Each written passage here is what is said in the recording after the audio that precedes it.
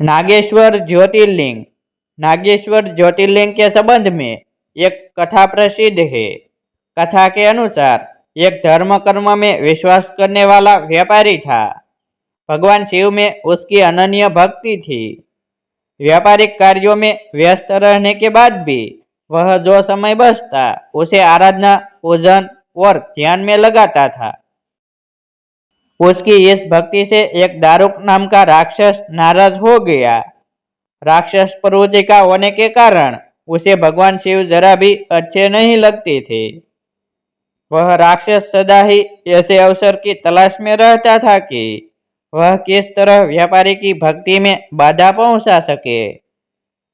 एक बार वह व्यापारी नौका से कहीं व्यापारिक कार्य से जा रहा था।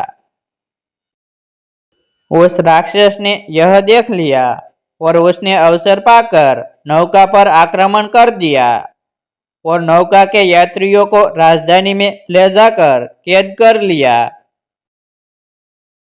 कैद में भी व्यापारी नित्य क्रम से भगवान शिव की पूजा में लगा रहता था। बंदी गृह में भी व्यापारी के शिव पूजन का समाचार जब उस राक्षस तक पहुंचा तो उसे बहुत बुरा लगा। वह क्रोध भाव में व्यापारी के पास कारागार में पहुंचा। व्यापारी उस समय पूजा और ध्यान में मग्न था। राक्षस ने उस पर उसी मुद्रा में क्रोध करना प्रारंभ कर दिया।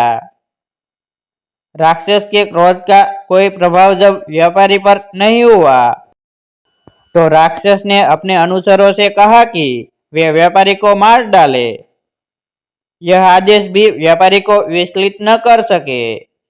इस पर भी व्यापारी अपनी और अपनी साथियों की मुक्ति के लिए भगवान शिव से प्रार्थना करने लगा।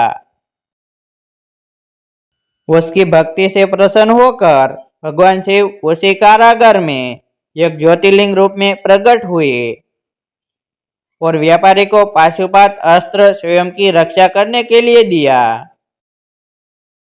इस अस्त्र से राक्षस दारुक तथा उसके अनुचरों का वध कर दिया।